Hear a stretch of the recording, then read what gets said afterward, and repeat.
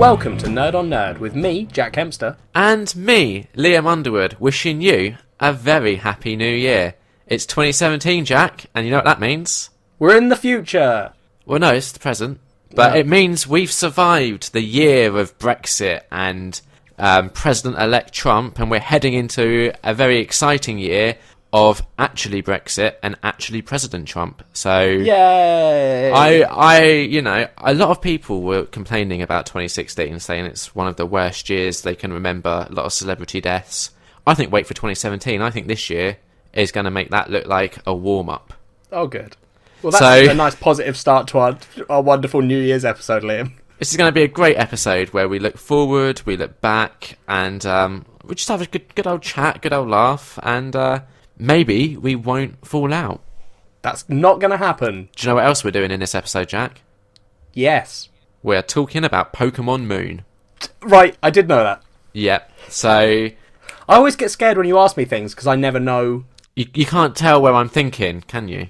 No. Like, I'm trying to lead you down a certain path, and you're just stubbornly refusing to follow me. I'm like that one sheep at the back of the flock that doesn't really know what it's doing. The black sheep. The runt, if you will.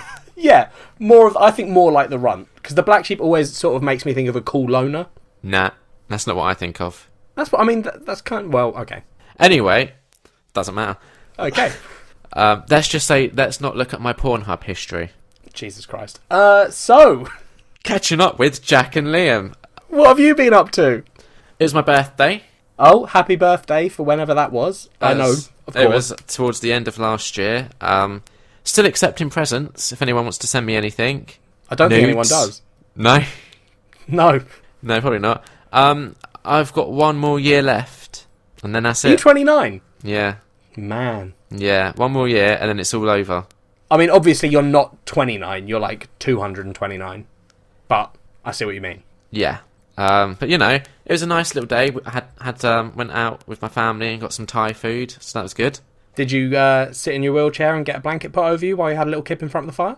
No, but the people at the restaurant found out it was my birthday, and then they brought out a cake and sang happy birthday, and it had chocolate on it.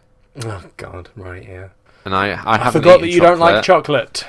I haven't eaten it in about 2.5 years. And Did you eat the cake? Super awkward. So it was weird. It was like mint ice cream with a chocolate topping and a chocolate base. So That's not weird. It's called mint chocolate ice cream. That's the flavour of ice cream. Well, I cut the chocolate bits off and I just ate the mint bit.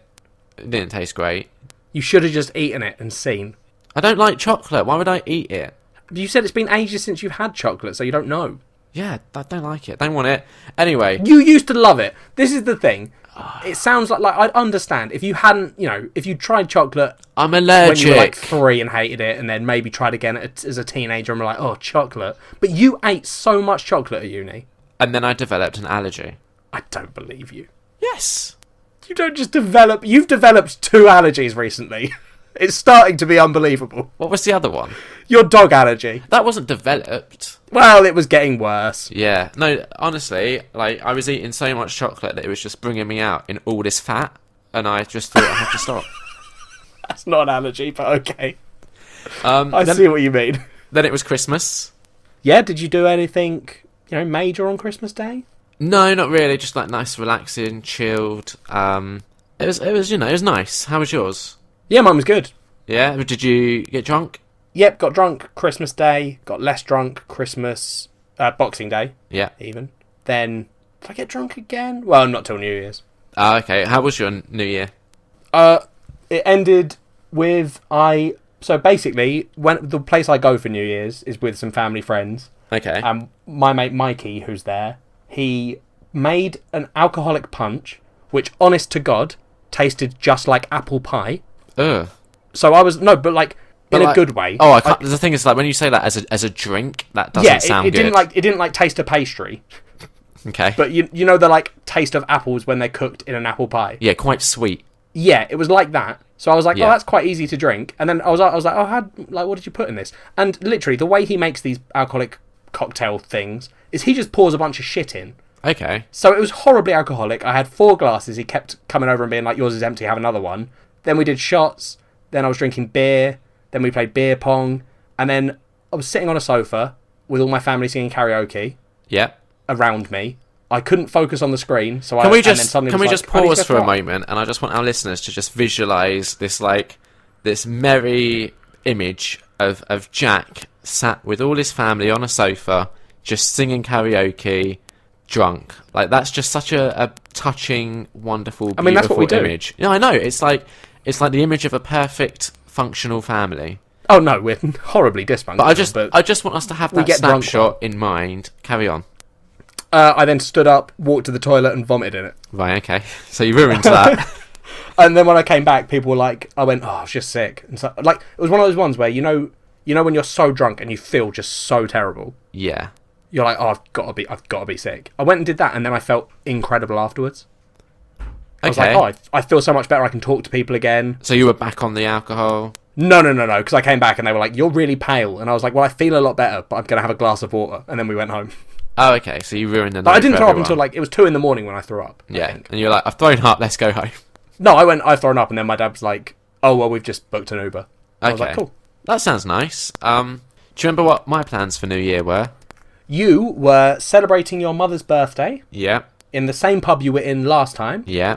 With a Elvis Presley impersonator, if I remember correctly. You remember very correctly. And let me tell you, we went to that same pub on Christmas Eve, okay? Oh, okay, so you were going there twice. Yeah, and honestly, Christmas Eve, it was rocking.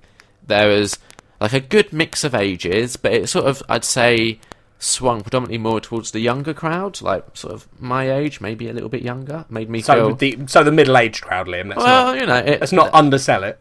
Let's just say, attractive ladies and me. Got you. So that's what you want from a Christmas Eve shindig, you know. That's fair enough. And that was nice. There was a guy there with a little guitar singing. I mean, to be honest, he's what the ladies were there for. If they weren't there for me, they were there for the... But I was okay with that. Yeah. Because I was with my family anyway, so we was just having a drink, a little chat, and I was sort of like, you know, like you could see, like the ladies would look over and they'd be like, oh, I think he's that guy from Nerd on Nerd, but I don't want to... It's a bit awkward to go and talk. Are you sure they weren't looking over and going, what's that old man doing with those wonderful people? Why is he sitting at their table? I'm pretty sure they were sort of eyeing, but it's hard to tell. Like, I wouldn't ever try to imagine what another person was thinking. No, because you've got a girlfriend. Yes, I do have a girlfriend, but on the flip side of this, she wasn't there. Of course, right, sure. So that's good. The issue is, so that, you know, Christmas Eve... Jesus Christ. Is Kat going to listen to this episode, Liam? Fuck knows. Christmas Eve... You forced her to listen to them. So Christmas Eve was good, fun. Yep. New Year's Eve, I'd say even my mum looked young compared to the crowd that was there. Well, yeah, your mum's like quite hot and young. Liam. It was her birthday. Like, if you think I'm old, she's my mum. So she's naturally older. Yeah, but I've always just assumed that you were, like, adopted. Unfortunately, that's not how that worked. Wait, so you're saying that your mum isn't another... Or she isn't another immortal being who has experienced the whole of human history? No. Well, I just don't understand. It's confusing, on. But yeah. Put it this way. A lot of, like, 70-year-olds, okay? And then yeah, 70-year-olds know how to party. They do. They do. Problem is, I was looking around. We had the Elvis impersonator. He was singing his Elvis song. I don't know a lot of Elvis songs, Jack. Yeah, I know the main ones, but then you hear other ones and you're like, oh, Jesus. I looked it up. He had 149, like, songs that were in the charts. Oh, Jesus, that is a lot. It was either 119 or 149. They're both high numbers. Yeah, there's too many. I mean, perfect for a night, if you're into that, but when you only know, like, 5 songs, I think the time we were there were 2 songs that I recognised in total. And, you know, everyone's drinking, and all the old people were having a little boogie. Some of them were smooching, which is... I'm not against it, I just didn't need to see it. Yeah. Then Elvis had a little break, and you're like, right, here we go. We're going to get some tunes that I might actually know on. No, he put his own music on, and it was again some Elvis songs, some actual Elvis songs. So he was an Elvis impersonator who, in his break, played actual Elvis songs. Yeah, which just served to highlight the disparity between his impersonation and the real Elvis. Yeah, that sounds like a terrible idea. It was, and also just other hits from the 60s, like Itsy Bitsy Teeny Weeny Yellow Polka Dot Bikini. I do like that song. That is a good song. The thing is that the sort of music you want to be listening to as you ring in a new year? Well, now, Liam, I don't know if you remember, but I did say I was singing karaoke with my family. I don't think anyone wants to hear that. No, that definitely sounds like more fun. It was fun, but it was painful music. I think we managed to stick it out to about 10:30, then we bailed on that, just went back home, got more drinks, and then listened to actually good music. Fair enough. So, New Year's Eve, at the stroke of midnight, you were at home. I possibly annoying the dog, sort of like wishing him a happy new year and dancing with him. Yep, got you. He doesn't like it when I sing at him. No, did you send a picture of him looking upset to me that day? Yeah. Yeah. The thing is, because his name's Bailey, it just so beautifully fits into other songs. Take, for example, Justin Bieber's Baby. Yep, very good. I can see that. And you think how many songs, Hit Me Bailey One More Time? There's so many that it just works, and he doesn't like any of them. It's kind of beautiful. Yeah, so like I would say New Year's Eve, the going out was a bit of a washout, but then the coming back was quite fun. Fair enough. But like, you know, I just want to contrast the image of you on a sofa with your family singing karaoke versus me surrounded by 70-year-olds who are like propping each other up, smooching their faces off while Elvis croons badly. Yeah, I don't like to compete, but I do feel like I won that one. Yeah. I'm happy to say you did. Did you do anything else over the holidays, maybe? I did, Liam. Oh. I guest hosted, or just guested, I guess, on another podcast. Where was my invitation? Oh, they didn't want you. They said, we want the hot one. That's... And I said, oh, you got him. Is that what happened? No, they went, Jack, do you want to be on our podcast? And I went, yeah. Did you say, what about Liam? No. Okay. Nice to be thought of. You wouldn't have wanted to go anyway. The podcast, listeners, no, I wouldn't. Was called Laws of Wrestling. It's a wrestling podcast. Now, I know what you're thinking. You're thinking, Jack, you don't strike me as the kind of guy that likes wrestling. And you are correct. I don't. Actually, bullshit. I call bullshit. Go on. Jack's the sort of guy that likes to just sit around in his Speedos in a hot tub with his friends. Of course he likes seeing men wearing Speedos touch each other and throw each other around. Of course he does. It's weird, because my favourite wrestler of all time is Rey Mysterio. Okay. Or Ultimo Dragon. They're both very good. Yeah. They actually wear, like, the most clothing. They both wear trousers and Mexican wrestling masks. I like Mankind. Do you remember him? I saw... So basically, so that actually does connect with what we did. Because let's do it then. I've never watched much wrestling. I used to play games, like the wrestling games on PS2, but only at friends' houses, because my friends all love wrestling. Yeah. So they used to, we'd do whole fucking nights of just playing wrestling on PS2. Of course. And I always picked shit characters, got beaten up very quickly, and was like, oh, what a shame. I don't have to play this round anymore. But so the whole point of this was they wanted to show me... There's 4 hosts on that show. Lawrence, Aaron, Sam, and Will. Okay. And each one of them picked a wrestling match to show me to try and see if they could get me to enjoy wrestling. Okay. So, and one of them that we watched was Mankind vs. Undertaker. Was it the Hell in a Cell match? Yes, where Mankind gets thrown off the roof. Yeah, the thing is... gets knocked out. That is like a very iconic match, but it is honestly like 5 minutes of them just concussed. Yeah, no, but the incredible thing about... So this is what I said, right? I haven't come out of it being like, oh, I'm going to watch wrestling. Yeah. Because I'm not. But what I did come out saying was, whilst I still don't like it, particularly, it is interesting to me, because one of them said, this just sort of proves, even though it's fake and scripted, like, the shit that these people are going through is still brutal. Well, yeah. And I was like, yeah, fair enough, because Mankind is legitimately... He doesn't get knocked out when he hits the table after being thrown off the top of a cell. Yep. But he then... He gets stretchered out. Yeah. And then as he's about to... which is all legitimate. Like, they were talking about all these, the actual interviews with Mankind and stuff since then or after then. Yeah. And that's all legitimate. They were genuinely trying to get him out. He gets up and comes back, climbs back on top of the cell, then falls through the roof, gets actually knocked out. Yeah.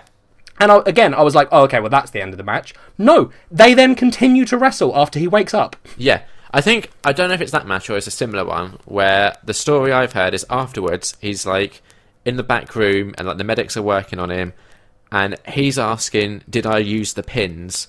As they're pulling the pins out of his face. It would be that match. That match had a lot of pins in his back. Yeah. He gets thrown on the pins twice. It's hot, and I don't like that. That to me is excessive. Yeah, I think all of it was excessive. To be honest, it's still very impressive. That was when I used to watch it, which we're going back.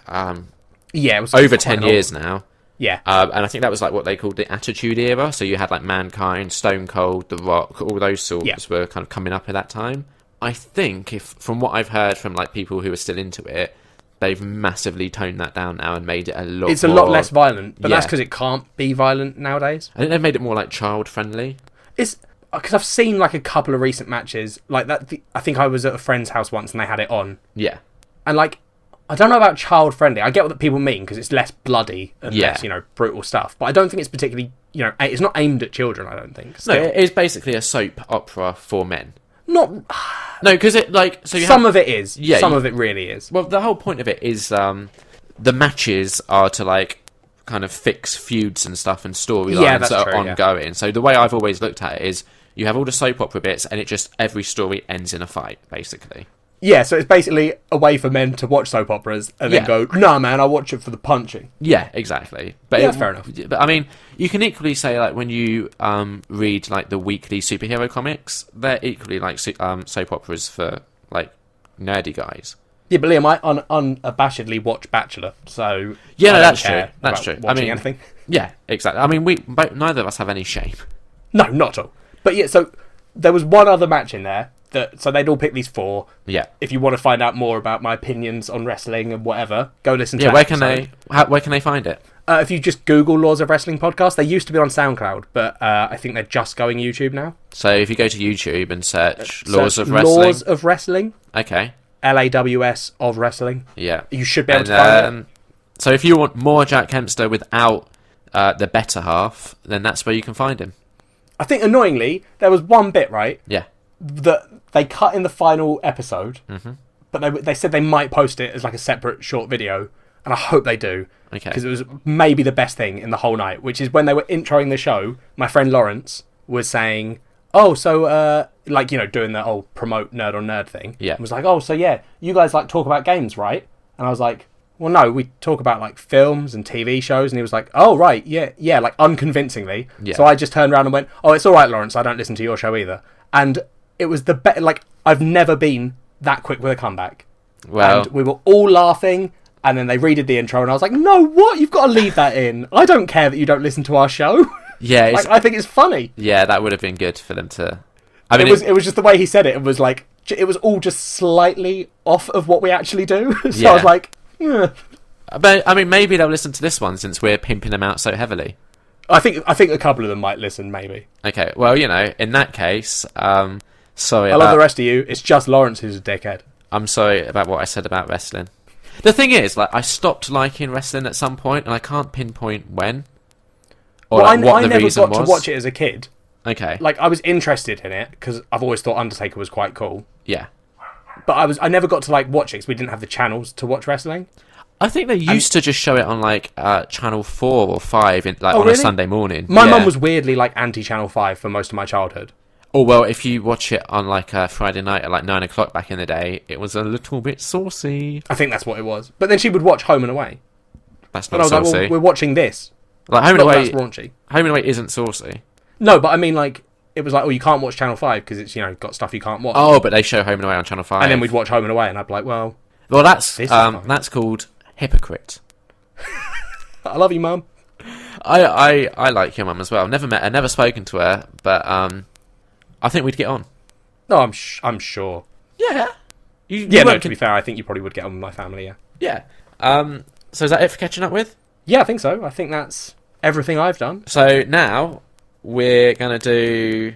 Liam went to cinema, and now it's time for his spoiler-free review of the thing that he saw at the cinema, and that thing that he saw at the cinema was Ben Affleck's new film called Live by Night. Is it any good?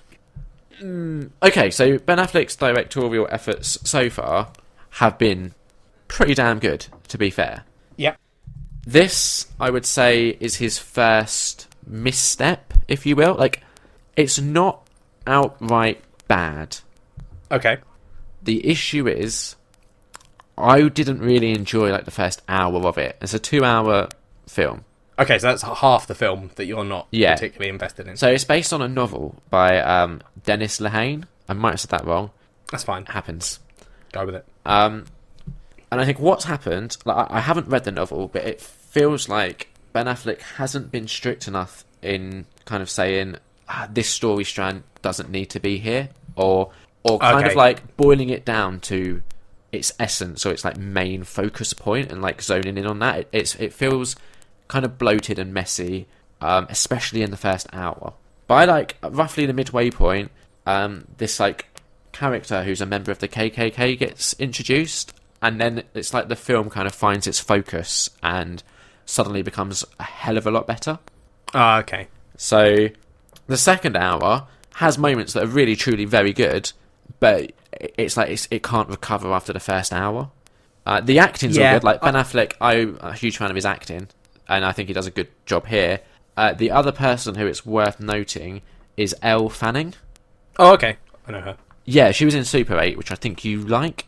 Yes.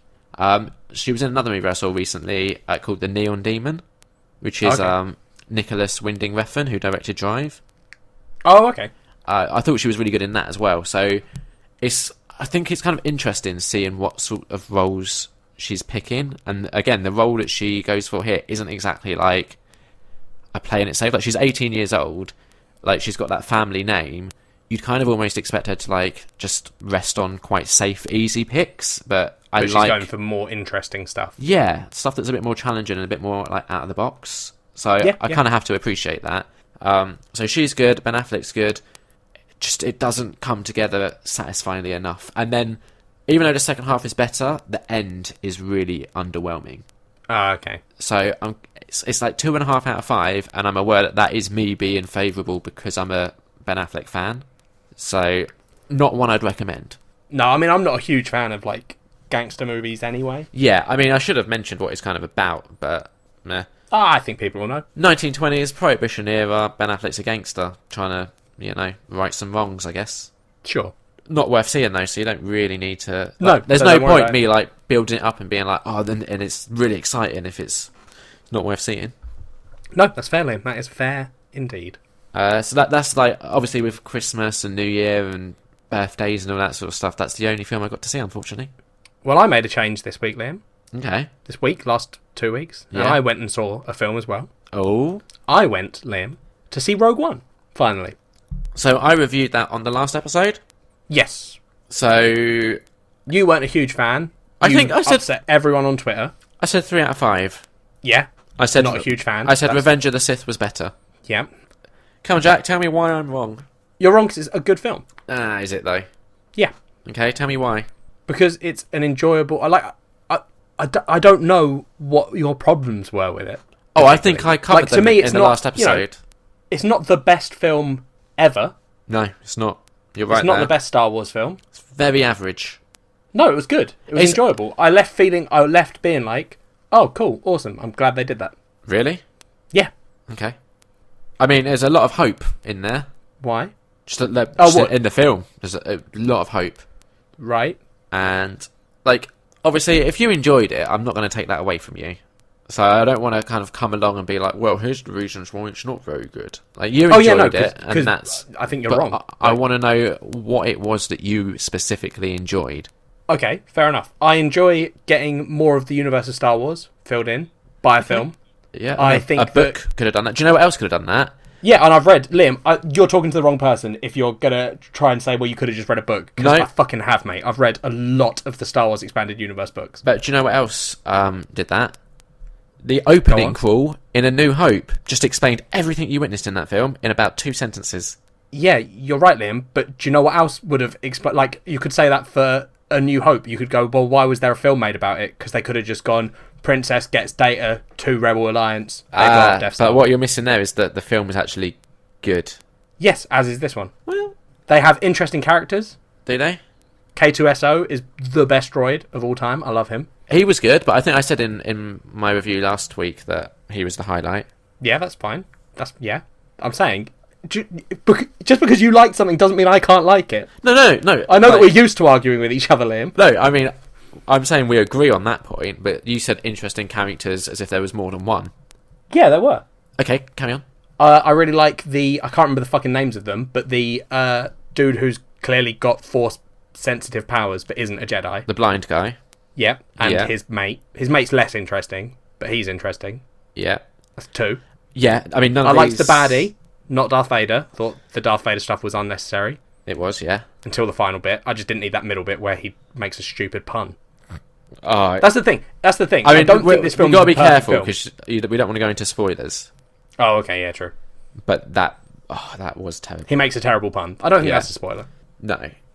There's a bad pun. There is a bad pun that just feels like they fundamentally misunderstood that entire character. Yeah, exactly, yeah. Which does... But, like, the space battle stuff, I like all that stuff. I thought was awesome. It's just cool CGI happening. The stuff with the AT-ATs, that's awesome, because you get to see AT-ATs. Anytime I see an AT-AT, I think it's awesome. Like, I don't see what was wrong with the film. Okay. So, out of 5? 4 out of 5. That's quite high for a film that has issues. And if we remembered your rating last time, so if I remember rightly, 4 out of 5 was very, very good or great? I can't remember. I think it might be great. Okay, great. So I think 5 was excellent. Yeah. Okay. I think 4.5 was very good. No, I thought that was great, and then it was very good, and it was quite good. Oh, okay, so maybe this was very good. Alright, so very good. Okay. I also saw it in IMAX, and it's the first time I've seen a proper IMAX film. In 3D? Yeah. How was that?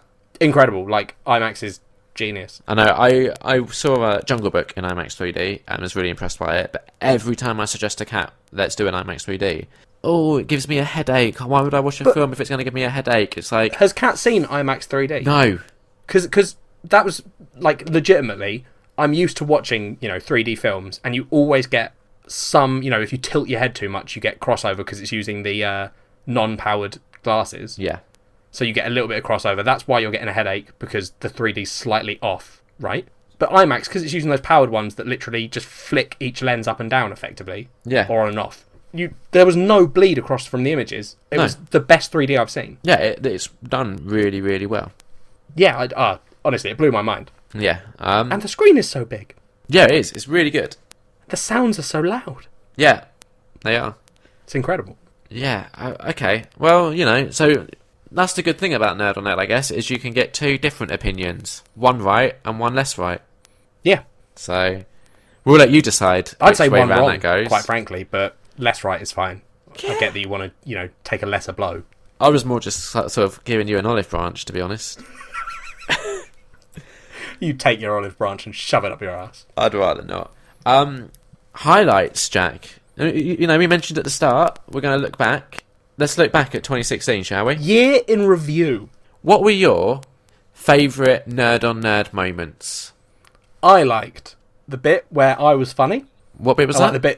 The bit where I was funny. It's a lot of the bits I'm in, so it's hard to pick a favourite, so I've just gone for the general. In general, okay. All the bits where I'm funny, which is most of the bits I'm in. The bits where I'm right. That's a lot of them too. Good luck finding those. And I like the bit where you said something. Okay. I can't remember what. I needed a third one to fill in the list. I quite liked our anniversary special, where we both wrote some erotic fan fiction. Yeah, the fan fiction was good. I enjoyed that. And the bit I enjoyed the most is when afterwards you said that went better than you thought it would. Yeah, it did. And you said that I was right to suggest that as an idea. And that was probably the highlight of the year. I mean, that's mainly because Tom's story just reduced me to tears. Yep. I loved your story. I liked Amanda's story. I liked my story. Yeah. Tom's story, yeah, the one where he put a lot of effort and work into it. Yeah, literally did shit all, and it was the funniest thing in that goddamn episode. I can't remember if it was last year or the year before, but when we talked about D&D and we had the Carlos the Dwarf conversation. I think that was early days Nerd on Nerd. Yeah, but bear in mind, we started November. So probably was an episode, yeah. Yeah, that was probably, yeah, so that was good. Because also bear in mind, I didn't start going to D&D until like late February, early April time, I think. No, March time. Yeah, fair enough. So I think Carlos the Dwarf was up there. And I don't want to, just sort of toot my own horn like some of us do when it comes to this section. So I'll say another one of my favourite bits is I think you had some good quips in our episode with Mark Dawes. I thought you did some good funnies there, Jack. Well done. Thanks, Liam. I'm not going to change my top 3. No, of course. That's why people hate you. And whatever. What not the ones that like Star Wars, not anymore, Liam. You turned all of them. If they like Star Wars, genuinely, they probably didn't like Rogue One. I don't think that's true. You watched one YouTuber review it who liked Star Wars and was like, I don't like Rogue One. I was told on Twitter that the reason why I didn't like Rogue One is because I'm not a real Star Wars fan. That's insane. People that say that really annoy me. Yeah, so that's the sort People of company don't get you're to pick in. who real fans are. Yeah, that's the sort of company you're in with people who like Rogue One. It's the sort of people that think that. So One person. Who was it? just some person. I don't want on it to be Twitter. like. I suddenly thought, what if it's like Tom? No, it's no one we know. It's just some random person on Twitter. Who? All right, well, random person, if you're listening, that's not a very nice thing to say, mate. Yeah, he took If it was a umbrage. joke, then fine. Oh wait, no, he was serious. We That's had a insane. Twitter conversation about it. You can't pick who's a fan of things you like. What about? Do you have any highlights from like? I feel like it's a bit presumptuous to say fan interaction, but like audience interaction. No. I think I liked when Brandon... the fans all accused me of being... What is it, Liam? What am I? Oh, fuck knows, mate. Oh, Not as I good. can't remember. What was that? Nothing. Well, yeah, what was it? It was something about you being nonsensical, I think. That was it. It was nonsensical. Yeah. That was Yep, good. That was my favourite fan interaction of 2016. Mine was when we had that tweet from Brandon Lapani. I can still remember it. Zombies are all the rage these days, lol. So, Yeah, you know, that was pretty good. sticks out. So, like, we need to say, because it's polite, we appreciate all of our audience interaction. Yeah, I do. But if we're doing highlights, I would like to shout out a couple of people, if that's all right with you. No. All right, then, fuck. Won't bother. No, Moving go on. on. Shout out No. the fans. Look, if you listen and you tweet us with any sort of regularity, we appreciate it and we're very thankful, and we hope that you enjoy the show, and we hope that you carry on listening for 2017. Yeah, we do. That's true. So there we go. That's that bit done. Films. What were your top 3 2016 films, Jack? Well, in my list, Liam, it's going to annoy you. I haven't seen many films that were new this year, is the issue. Yeah, you've been a bit lazy. It's not laziness. I just play more games than you. So I have less look at me, time. I'm playing my games. Don't want to go out the house because I've got my games to play. Yes, and you do the same with films. Yeah, but I have to go out the house to watch those sometimes. Exactly, sometimes. The thing is, like, I need to get off my high horse, because the only reason why I've been to cinema so much is because this year is when I got my cinema card. Yeah, exactly. Yeah. If it was like the year before, I'd be in exactly the same boat as you. I was like, nah, fuck it, it's too expensive. Yeah, so my top 3 films are Rogue One, Deadpool, and Hateful Eight. Is that in order? No, I can't think of an order. Okay. Because I liked all these films, but like for different reasons. Okay, so just go through it a little bit slower. Rogue One, Rogue One. which you gave 4 out of 5. Yep. Deadpool, how much out of 5 would you give that? Can't remember. And then... I think it was quite high. I think I gave it like 4.5 maybe? Okay, so that would go above Rogue One. Yeah, but like I don't rate things based on these systems. It's like women. You can't just rate women based on a number, Liam, because that's mean. So I don't rate films based on a number. Films aren't women. I rate them based on a colour. Rogue One was blue, Deadpool was green, And The Hateful Eight is yellow. Well, if you've heard anything more stupid than that so far this year, tweet us and let us know. What are your top 3 films, Liam? You dick? I've done an order because, you know, 'Cause you you're would. obsessed When it's a with the top list. 3, when it is a top 3, it would make sense to put those in an order. I'll be honest, I just So- didn't think of an order. I wrote them down and then... Jack, you're a free spirit and I wouldn't want to change you. Because I like that I'm more popular. Sure, whatever. Go on, what are your top 3 films? I won't be after this episode. Especially after this next bit. My 3rd favourite film, The Jungle Book. Jon Good film. Favreau. Yep. I really enjoyed it. Yeah, I did too. 2nd is a film I don't think you've seen, and you need to rectify this, called Sing Street. I haven't. You did tell me about it. Yeah, it's so good, Jack. It's so good. I'll get it watched. And then my favourite film of the year currently is Batman vs Superman. Sorry, what do you mean currently? Right, so here's the thing when it comes to, like, I've seen on Twitter and stuff, a lot of people were getting stressed because they were like, oh, the year's ending and I still haven't seen all these films. I'm like, you know what? It's not locked in. Like, this is my list of top 3 I see what you films that were released in 2016. Yeah, so that the list could potentially change just because you haven't seen the film in 2016. Doesn't mean it wasn't released then. Yeah, true. Like, so there's a few films that released in America or film festivals over here in 2016 that aren't getting a cinema release until like the end of this month. Yeah. I'm still counting them as 2016 releases. So, like, one of the films I'm most excited to see is La La Land. Yeah, I want to see that too. That looks good. It does, and I fully hope that will, you know, enter my top 3. But just because I didn't see it in 2016 doesn't mean it's not a 2016 film. Yeah, no, fair enough. I get what you're saying. I agree with you. But yeah, so number 1, Batman vs Superman. Which is insane. I honestly can't believe you put it at number 1. I had just the most fun in the cinema watching that film, feeling like a kid again. It's the only film that had that impact on me, where I was just sat there, just overjoyed and feeling like I was 12 years old again. Fair enough. So that's what films in 2017 are you looking forward to? I, Liam, don't know what films are coming out in 2017. Okay, I have a Guardians of the Galaxy 2. Yeah, I'm hoping that'll be good. Yeah, well, yeah, it might be. Yeah, Guardians of the Galaxy is one of the best ones they've done, so hopefully they'll keep it. It is. It's just like after their kind of recent track record, I'm really losing hope. Yeah, whatever. We all know your opinion on Marvel. I have a Marvel in my top 10 of what I'm anticipating. We're not doing a top 10 of what we're anticipating. No, I'm just saying. I have my own top 10 just for fun, and there's a Marvel at number 8. So it's not like I hate Marvel. Go on. I honestly, I'm not paying enough attention to it. I'll tell you what. No, I've got one more. Okay. Right?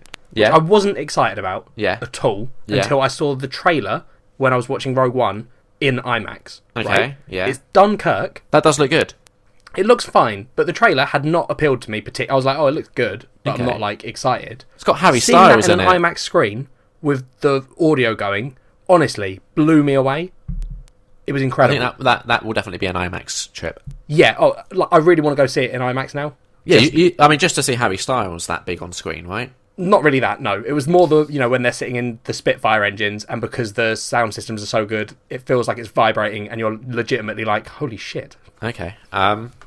So, yeah, that's at number 7 for me, and the Marvel film that's at number 8 is Thor Ragnarok, which I'm actually looking forward to more than Guardians, I think. Okay, that's kind of weird. Well, I love the idea. I don't know if they'll actually follow through on it, but I love the idea of the way it's been pitched as like a Thor and Hulk road movie. Yeah, I think I think you're thinking it's going to be something other than what it is. Yeah, it is, because it's Marvel.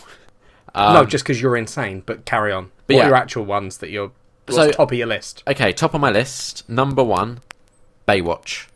That shouldn't be a shock to anyone. It shouldn't. We've got Zac Efron and The Rock with their shirts off. So, I'm excited. Number 2, and I'm surprised this wasn't in your top 3, to be honest, is... It probably will be, because I've just probably forgotten it's a thing. Star Wars Episode 8. Yeah, there we go. That is, like, top of my list. Like, how did you forget that was a thing? Because, Liam, I get panicked and hadn't made this list ahead of time. I want to give an honourable mention to 2 films, if you don't mind, before I give my number 3. What is this? Well, there's a lot... Oh, let's do a top 3. No, here's the thing. There's a lot coming out next year that is worth getting excited about. Oh, go on, tell me. We've got The Disaster Artist, which we spoke about on the last episode. Oh, Which sorry. one's that? I got the title wrong. It's called The Masterpiece. It's based off the book The Disaster Artist. It is the one by James Franco that's all about the making of The Room. Right, got you, yes, yeah. So that's... I thought that's worth getting excited about. Oh, we should go see that together. Yeah, I mean, the only issue is I don't think it's going to get a very wide release, so it might be... That's fine, Liam, we'll find somewhere. I'll probably have to come up to that London and see it with you up there. That's fine. We'll watch The Room first, then we'll go and see Disaster Artist. No, Masterpiece. Yeah, that sounds good. The other one that I'm very much looking forward to is The Fate of the Furious. I have no idea what that is. It's Fast and Furious number 8. Oh, fair enough. So, that's exciting. Is it the last one? Fuck no, Jack. Well, then why is it called The Fate of the Furious? That sort of sounds like an epilogue. I think it's not the last one. They've definitely planned a number 9. So the way I think it's been done is in like trilogies. So I'm excited. I saw the trailer for it and oh man, Vin Diesel, Dom, he's got issues. The family is breaking apart. Oh, it's going to be so good. I honestly don't care. There is another film that I think you will care about though, Edgar Wright film called Baby Driver. I know nothing about this. Okay. And then in at my number 3, Justice League. I'm looking forward to. Oh, Jesus. I'll go and see it because I assume we'll do a special, but...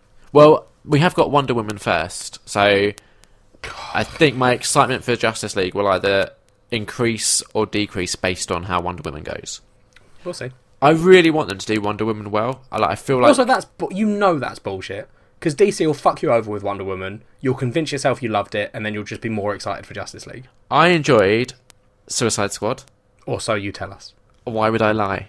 Because you're full of lies, Liam. Yeah, but why would I lie about something like Suicide Squad and lie about having what is the unpopular opinion? It would make more sense to lie and be like, I don't like it. You're not doing it for popularity. You are so excited about DC's potential that you're convincing yourself that the things they are actually doing are not what they're doing. I'm so excited by DC because they're taking risks and trying new things and not playing it safe. Yeah, no, that's true. Like putting trailers in the middle of their films and pretending it's not a trailer. Yeah, brand new stuff. Martha, that's come up with a really bullshit way to end a Versus film. I can't defend you're Martha right. bit. No one. I know, that's why I always bring it up. Yeah. Because I know it's the one bit you won't defend. No, I can't. But do you know what? I still had fun. Whatever. Anyway. TV. Alright, so there was a lot of TV out last year, and I don't think either of us really watched much of it.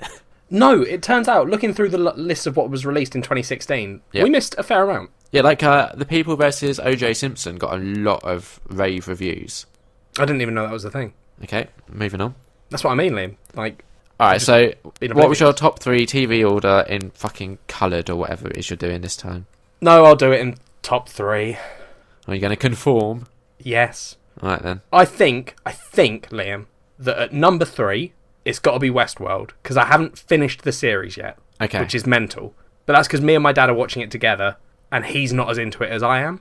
Okay, fair enough. So, and I don't want to be like, no, we've got to watch it, because I don't mind waiting and watching it as we're ready sort of thing. Yeah. But it's honestly, I think it's such a good series. I think it's a really cool idea, even though it's based off, an old thing. They've not, like, I don't know, it feels totally, tonally different to the film. Okay, I haven't seen any of it, and I haven't seen the film, so... I think, honestly, it's worth watching the TV series. Is it worth watching the film first? You probably will anyway. Yeah.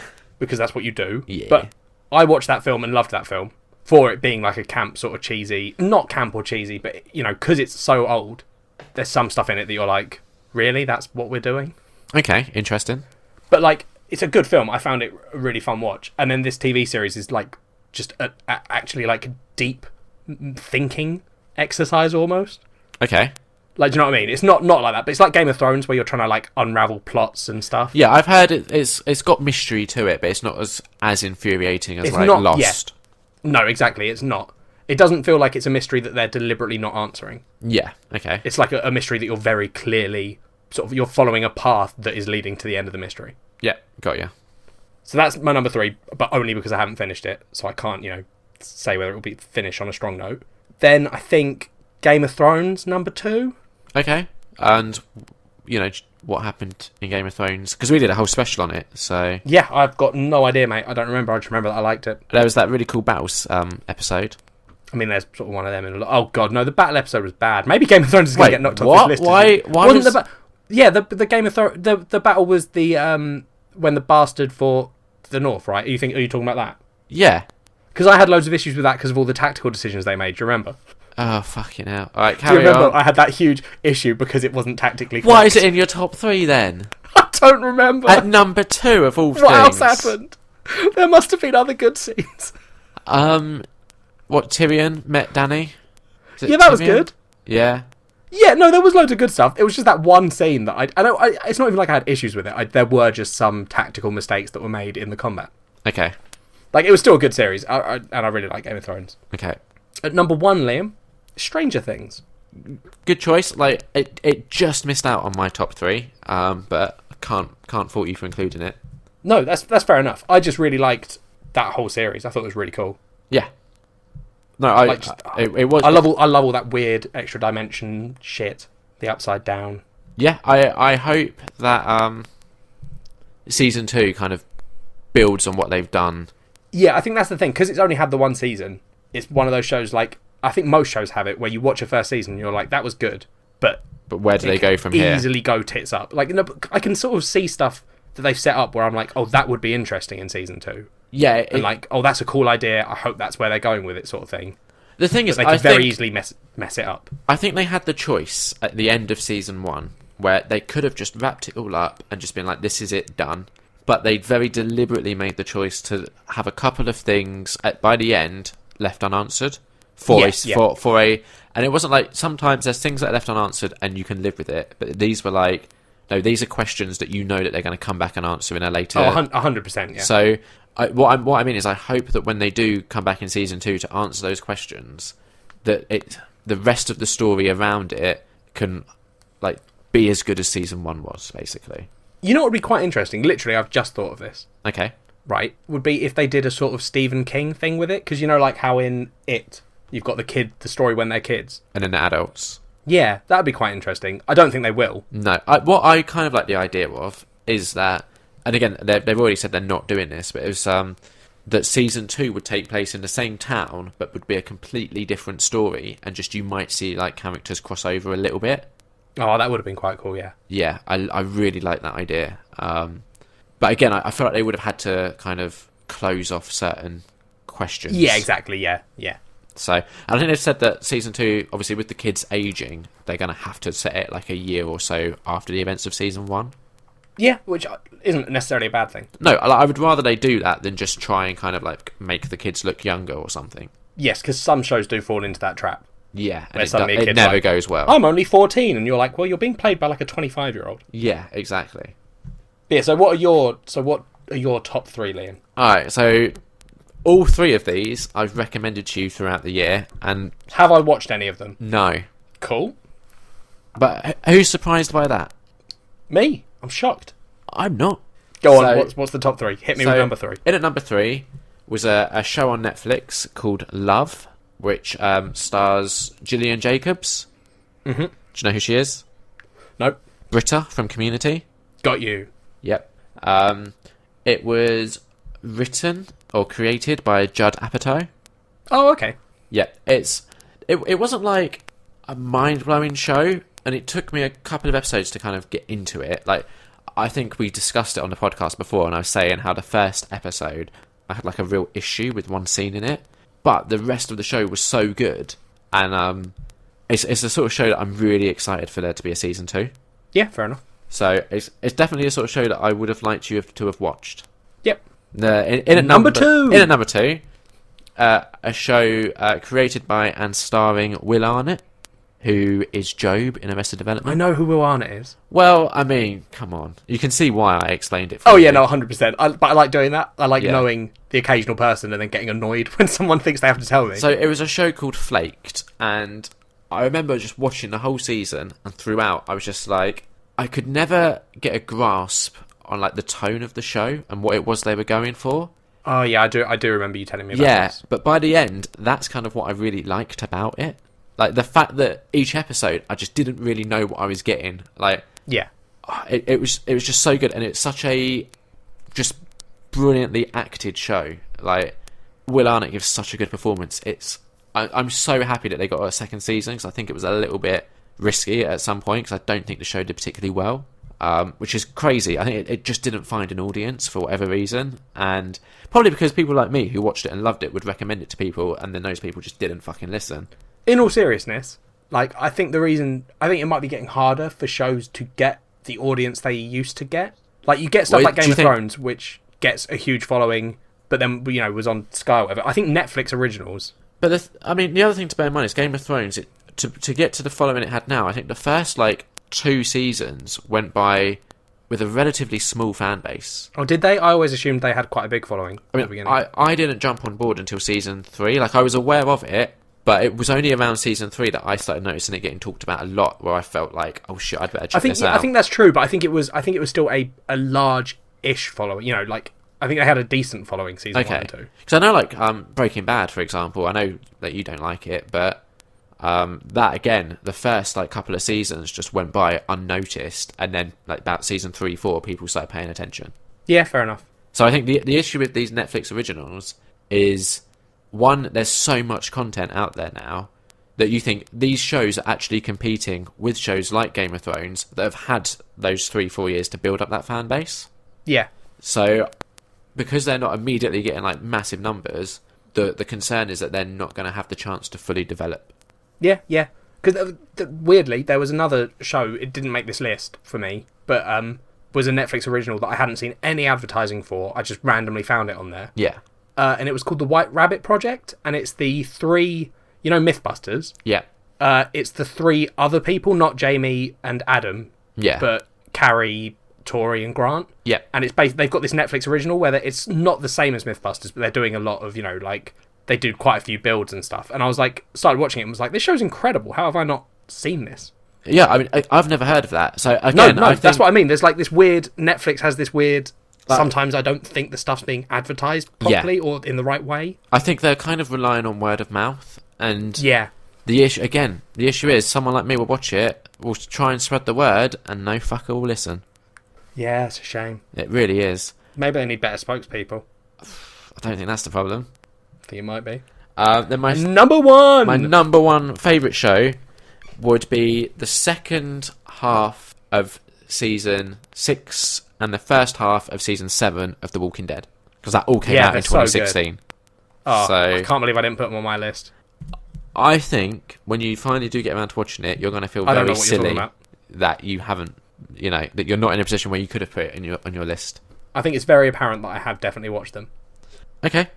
And then we got... I had that whole thing about what my favourite part of this season had been. That was convincing no one. What are you talking about? Oh, I like the arty shot of the zombie from a distance. Yeah, it was really good. It was really well done. I'm enjoying this. The thing is, you're enjoying it, but at some point, something so major is going to happen that I'm just going to accidentally say it, and then you'll have a little shit fit because I've spoiled it. Yeah, then I just won't watch it. Well, you're only hurting yourself then, aren't you? No, I think that would annoy you as well. Like, you're depriving yourself from great entertainment. I haven't hit the limit that I set yet, so it's Which is the end of the season. Yes, how many episodes do I have left? Well, the season's on hiatus at the moment. There we go. I've got plenty of time. Comes back in February, so... I think it comes back on like February, I want to say 16th, around that time. I'm totally fine, Liam. I'll get there. From that point on, you'll have 8 weeks, I believe. Sorted. Maybe 9, because they might like skip a week if there's like Super Bowl or some shit. Yeah. The thing is, I know that you'll like it. Oh yeah, no, dude, I'm aware that I'll like it as well. And I know that when you start watching it, you'll watch them all in like a fucking day. Don't forget, you promised that you would have at least a 2-day break between the season finale of season 6 and the season premiere of season 7. Yeah, it's fine. So just factor that into your fucking calculations. Will do. Dickhead. But no, genuinely, that's good that it's got to the top of your list. That sounded so insincere. I know, it was meant to be sincere as well, is the thing. Yeah. Video games. Do you want these in an order? Yeah. Fair enough. I think that the order is... I think Watch Dogs 2 is at number 3. Okay, and I haven't played it. It's really good. I got it for Christmas. And honestly, I've got so much left of The Witcher to do that I ain't going to get around to it this year. I know you won't, but I'm still going to try and sell it to you anyway. No, cool, go for it. Did you play the first Watch Dogs? And like, you know me, I'd have to play that first. Well, yeah, look, the thing is, right, Watch Dogs, the first one, got a really bad rep because the way they'd presented it in the run-up looked like it was going to, people started to get their hopes up in a big way, and it wasn't the game that people wanted was the issue. But it was a legitimately good game. It's Grand Theft Auto with hacking, like you can change the world around you sort of thing. Okay. And so it was an interesting concept, and it was good. But it wasn't the game that everyone wanted, so a lot of people were annoyed. This second one, they haven't done any of that with the advertising. I don't think they promised anything that we didn't get particularly. The story is so much better than the first one. I liked the first one's story, but this story is just kind of cool and awesome. I love the characters in it. And it's just fun driving around a city and being like, hack the traffic lights and there's a car crash. Hack someone's car and make it turn left into oncoming traffic. It's just mayhem and I love it. I mean, it does. Like, it's hard to kind of visualize how that works in a game in an exciting way. Well, so the way that they've always sort of like shown it is when you're getting chased by the police and stuff. Yeah. Like you can go through like there are these. I'm just picturing someone like running, like holding a laptop and just typing. No, so it's literally it's like a context menu. So when you're looking at something that's hackable, you hold L1 and press a direction and you hack it. Or no, you press one of the buttons, so X or square or whatever, and it'll do whatever that action is. Yeah. But like this one, some of the most fun levels I've had are like levels where you're trying to sneak into somewhere to hack some hard, some database, and like you're sneaking past people and you're using these little drones to figure out where everyone is. All right. Honestly, it's really good. I thought it was a really good game. Yep. I think number 2 is going to be... Oh, it's a toss-up on these two. I don't really know. Okay, number 2 is Pokemon Moon, which we're going to be talking about later, so I won't say too much. But that's number 2. And then number 1 is Overwatch. Okay. I love Overwatch. I think it's a really fun game. So, despite the fact that you've probably played a hell of a lot more games than I have, it's interesting that our top 3 has 2 of the same games on. Yeah, I mean, that's... Maybe we're more similar in games. I wonder if you'd have played the game that's on my list that isn't on yours, if they would have made your list. It probably would have, to be honest, because I know what's on your list. Yeah. For games. It's the only one that I actually knew what you had. Exactly. So, yeah, my top 3, just to go through it quickly. Again, this is more out of these are the 3 that I played this year, less these are my favourite. Like, I just didn't have time to play a lot of games because The Witcher takes so fucking long. Oh, such bullshit, you're only hurting yourself. Number 3, Pokemon Moon. We'll talk about that later. Number 2, Overwatch, which we've done a whole episode on, so just go listen to that. You might remember in the episode, I wasn't that impressed with the game. This is what I mean. And then number 1, Uncharted 4, which was actually bloody brilliant. Such a good game. Such a good game. It sort of took the 3 games that had come before it and just finished the story off in a way that was just excellent. I think the only reason I haven't played the Uncharted game is because I know that to really get the benefit of 4, I am going to have to play 1, 2, and 3, which isn't a bad thing. It's just, like you said, it's a huge time sink to play these games. Except, like, I think number 1 you can probably, like you as Pet particularly, could probably complete in like 10 hours. Number 2 probably doesn't add a whole lot onto that. And then number 3, you're probably looking at like 15 to 20 hours. That's still quite a long time. Okay. That's 35 hours, Liam, that you've just told me I've got to spend. And how long have you already put into Pokemon Moon? 37 hours. There we go then. That's 3 games you could have completed. I really like Pokemon, Liam. I really like it. Well, should we get into that then? Yeah, no. No? No, we've got housekeeping. Yeah. We have this show fucking sorted. People are like, oh, you guys don't know what you're doing. Bullshit. Housekeeping! What have you got to tell us, Liam? We're not going to bother looking forward to TV shows and games that are coming out in 2017, because... I forgot that we did that. I don't really know what's coming out. Good games come in, good TV come in. Hopefully... That's what I'm looking forward to. I hope that the 3 shows that I picked on my top 3 TV, their second or next seasons will equally be good in 2017. Yep. And as for video games, I don't know what's coming out. Probably lots of good stuff. I mean, I'm sure, but I probably won't get to play it. No, because you'll still be playing Witcher 3. Yeah. And once I finally finish that, we'll probably start Diablo 3 or some bullshit. Yeah, well, we are going to be due... By the time you finish Witcher 3, we will be due another video game episode. Oh, yeah, it'll be like 2020.